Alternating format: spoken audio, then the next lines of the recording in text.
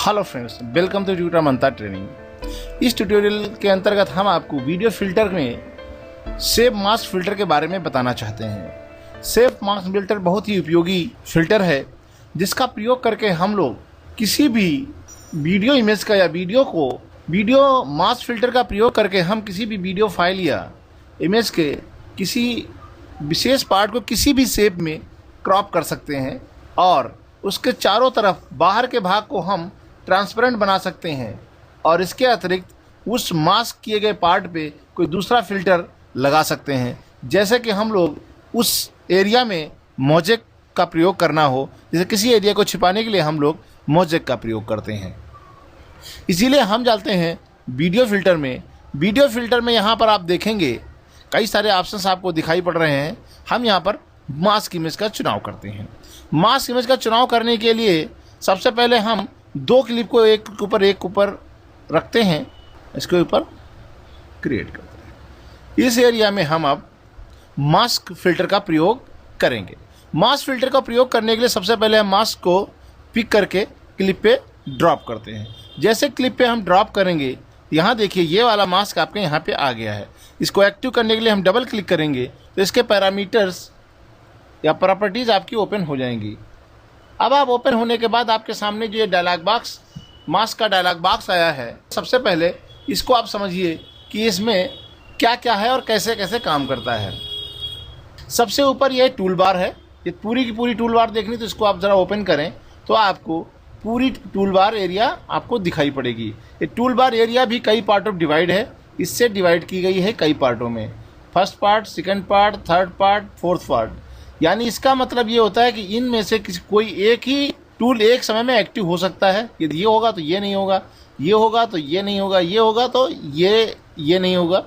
इस तरीके से इन चार पार्टों में से वन टाइम में केवल एक ही टूल एक्टिव हो सकता है। इसलिए सबसे पहले ये टूल बार है, ये सिलेक्शन है, एडिट शेप है, कई सारे ऑप्शन यहाँ पे हैं। मैं आपको आगे चल के बताऊँगा कैसे यूज होते हैं। ये जूम है, इसको आप जूम करके देख सकते हैं। ये हैंड टूल है। प्रीव्यू एरिया को आराम से इसको मूव कराया जा सकता है। ये बेसिकली प्रीव्यू एरिया है। रेक्टेंगल, ये किसी रेक्टेंगल एरिया को मास्क करना है। ये एलिपस या कोई शेप आपको ड्रा करना है तो पेन टूल से आप ड्रा कर सकते हैं। ये अंडू है, ये रीडू है, ये कट है, कॉपी है, पेस्ट है और ये है आपका मास्क अप्लाई। ये आपके यहाँ पर फंक्शन बटन्स हैं या टूल्स हैं जिनका प्रयोग करके हम मास्क इफेक्ट किसी वीडियो क्लिप पे लगाते हैं। यहाँ पर हम आपको दिखाते हैं मास्क लगाने के 3 तरीके हैं। यदि आप रेक्टेंगल में कोई मास्क लगाना चाहते हैं तो रेक्टेंगल आप टूल का प्रयोग करेंगे जिसका शॉर्टकट कमांड है M। यहाँ पर है एलिपस और ये है आपका ड्रापाथ। ये 3 तरीके हैं जिनको हम प्रयोग करके मास्क करते हैं। सबसे पहले हम आपको बताते हैं ये रेक्टेंगल और एलिपस दोनों एक तरीके से ही काम करते हैं। एलिपस शॉर्टकट कमांड L, इसको सेलेक्ट करते हैं और यहाँ पे इसको एक ड्रा करते हैं। ड्रा करने के बाद आपके सामने एक सर्कल क्रिएट होता है। आप इसके शेप में परिवर्तन कर सकते हैं। ये देखिए, यदि हम इसको स्केल में बड़ा करते हैं तो चारों तरफ से बड़ा होता है। यदि आप एक तरफ से बड़ा करना चाहें तो हमारे पास ये जो लॉक बटन है ना, फिक्स रेशियो को इसको ऑफ कर देंगे तो ये आप एक तरफ से इसको अपने अनुसार इसको परिवर्तित कर सकते हैं। ये एंकर पॉइंट है, ये पोजीशन है, ये स्केल है, यहाँ से स्केलिंग को आप एडजस्ट कर सकते हैं। ये आपका रोटेशन है, आप किसी मास्क का ऑप्शन को रोटेट कर सकते हैं। ये नॉर्मल शेप पे एक्टिव होता है। इसको हम शेप को फिक्स रेशियो कर देते हैं। इसको हम डिलीट करके दोबारा से चलो इसी को हम शेप बना लेते हैं, कोई प्रॉब्लम नहीं है। इसको ऐसे को हटाएं, इसके शेप को थोड़ा सा गोलाई करें। ओके, अब इसको हम लॉक कर देते हैं। अब यहाँ पर इसको यदि इफेक्ट को अप्लाई करने के लिए हमारे पास ऑप्शन होते हैं। यहाँ पर apply, background, motion path, grid and guide. Grid करेंगे तो इस तरीके से गाइड होता है। ग्रिड को ऑफ करते हैं तो आपको गाइड दिखाई पड़ेंगे। ग्रिड को ऑफ किया। एलिमेंट को पोजीशन करने के लिए हम लोग गाइड का प्रयोग करते हैं। यदि आपको गाइड नहीं ग्रिड चाहिए तो आप ग्रिड का प्रयोग कर सकते हैं। ये इस तरीके से। मोशन पाथ, हम जब कहीं इसमें कोई क्रिएट करते हैं, जब हम की फ्रेमिंग यहाँ करते हैं तो ये मोशन पाथ क्रिएट होता है। तो ये भी हम आगे चल के अभी बताएंगे। इफेक्ट, ये दोनों में से अप्लाई, सबसे पहले हम अप्लाई मास्क। बैकग्राउंड के बारे में अभी हम बताते हैं। इसके से रिलेटेड संबंधित यहाँ पर कुछ ऑप्शंस हैं। फिल्टर इनसाइड मतलब जिस एरिया को आप जो आपने मास्क लगाया इसका इनसाइड एरिया में आप उसकी ओपेसिटी को फुल चाहते हैं या ओपेसिटी को कम करना चाहते हैं, उतने एरिया को जितने एरिया पे आप मास्किंग करना चाह रहे हैं। तो अब यहाँ से उस एरिया इनर साइड की एरिया को मतलब इसके अंदर के एरिया को आप ओपेसिटी को एडजस्ट करते हैं। या इस पर कोई ब्लर वगैरह लगाना चाहते हैं तो आप यहाँ से क्लिक करके आप कोई वीडियो फिल्टर यहाँ से ले सकते हैं।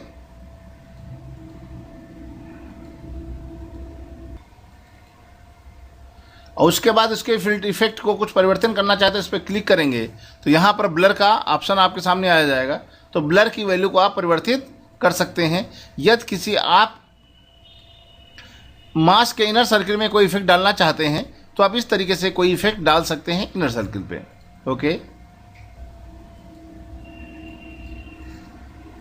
अब हम बताते हैं इनर आउटसाइड मतलब जो मास्क बना इसके बाहर एरिया में इसका इफेक्ट क्या होगा। अभी देखिए यहाँ पर कुछ भी अंतर आपको दिखाई नहीं पड़ रहा है। जैसे हम इसको क्लिक करके इसकी वेलोसिटी को ओपेसिटी को कम करेंगे तो ये ट्रांसपेरेंट होता चला जाएगा। ये देखिए ओपेसिटी 0 हो गई तो नीचे बैकग्राउंड ब्लैक आ गया है।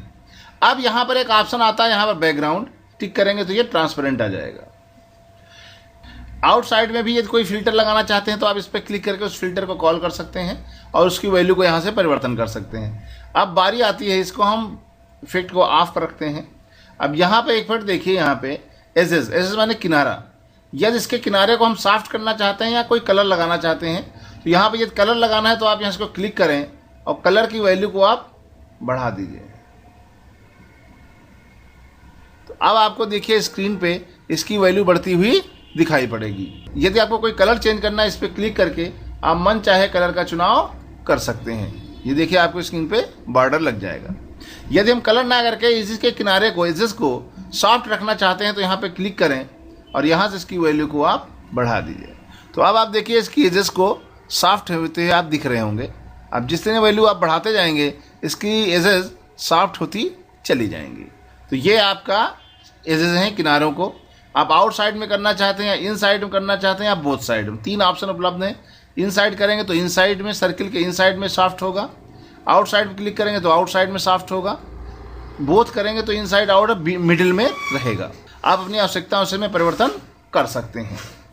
यदि इसी ऑप्शन में ये एंकर पॉइंट है, ये एंकर पॉइंट होता है। एंकर पॉइंट की पोजीशन चेंज करने के लिए आप यहाँ से आप क्लिक कर सकते हैं। इसी तरह से स्केल करना है आपको, इसको तो आप स्केल भी कर सकते हैं। यहीं से आप इसको माउस द्वारा भी यहाँ से स्केल कर सकते हैं प्रीव्यू एरिया से। यदि हमको रोटेशन करना है तो रोटेशन आप यहाँ से कर सकते हैं। देखिए आपका रोटेट हो रहा है, मास्क रोटेट हो जाएगा। इन सबको हम 0 कर देते हैं। टैब दबा करके टैब प्रेस करें, अगला ऑप्शन ऑटोमेटिक सेलेक्ट हो जाएगा और आप वहाँ उसकी वैल्यू को 0 कर दें। अब स्केल हमने 0 कर दिया इसलिए सब खत्म हो गया। स्केल को हम कर देते हैं 25, इसको भी कर दीजिए 25। ये इसलिए हो रहा है क्योंकि हमने इसको फिक्स करके रखा है। हमने पहले इसको फिक्स रेशियो को हटा देते हैं। अब आप माउस द्वारा ऑटोमेटिक जैसा भी चाहें उसको मास्क एरिया को आप अपने शेप में परिवर्तित कर सकते हैं। लॉक कर दें। यदि इसी ऑप्शन में यदि आप चाहते ये हैं कि आपको की फ्रेमिंग करनी है, कि आप चाहते हैं कोई चीज़ मूवमेंट में आए, तो आप मास्क को मूवमेंट में लेना चाहते हैं तो अभी ये पूरी क्लिप पे एक जैसा इफेक्ट पैदा करता है, उत्पन्न करता है। लेकिन हम चाहते हैं मास्क पहले छोटा हो या बड़ा हो या किसी स्क्रीन पर किसी और साइड से आए, तो आपके सामने यहाँ पर की फ्रेमिंग के लिए ऑप्शन उपलब्ध हैं। आप यहाँ पर क्लिक करके की फ्रेमिंग एरिया को आप एक्टिव करें, की फ्रेम करें, आगे फिर की फ्रेम करें। इसके जिस वैल्यू को आप परिवर्तन करना चाहते हैं, ट्रांसफॉर्म करना चाहते हैं, ये देखिए आपके पास इसकी वैल्यू भी आपको यहाँ पर मिलेंगी। देखिए है आपके सामने, ये देखिए यहाँ पर देखिए आपकी मास्क एरिया मूवमेंट कर रहा है। हम चाहते हैं पहला कहीं और से आए, फिर ये हमसे उल्टा हो गया है। नेक्स्ट की फ्रेम में जाते हैं, इसकी वैल्यू को हम 0 करते हैं, यहाँ पे है। प्रीवियस की फ्रेम पाते हैं, इसकी वैल्यू को ऑटोमेटिक अपने अनुसार यहाँ पे मूवमेंट कर देते हैं। और अब आप चाहते हैं कि इसकी वैल्यू थोड़ी सी स्केल छोटी रहे, तो आप इसके स्केल को भी आप परिवर्तित कर सकते हैं। आप X या Y किसी को भी आप स्केल कर सकते हैं यहाँ से।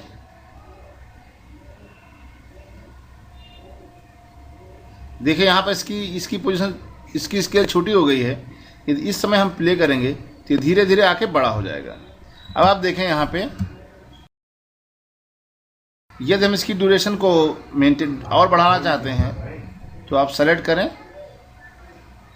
ऐसे ड्यूरेशन को बढ़ा दें तो ये धीरे धीरे करके माउस आपके स्क्रीन पे आएगा।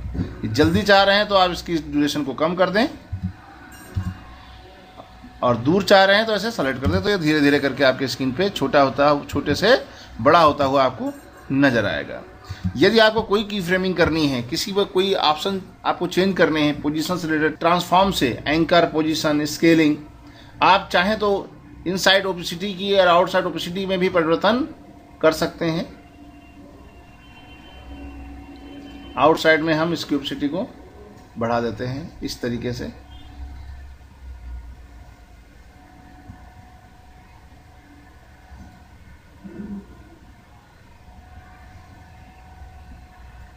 अब देखिए यहाँ पाएगा धीरे धीरे, ये देखिए धीरे धीरे एक्टिव हो गया और इस तरीके से आ जाएगा।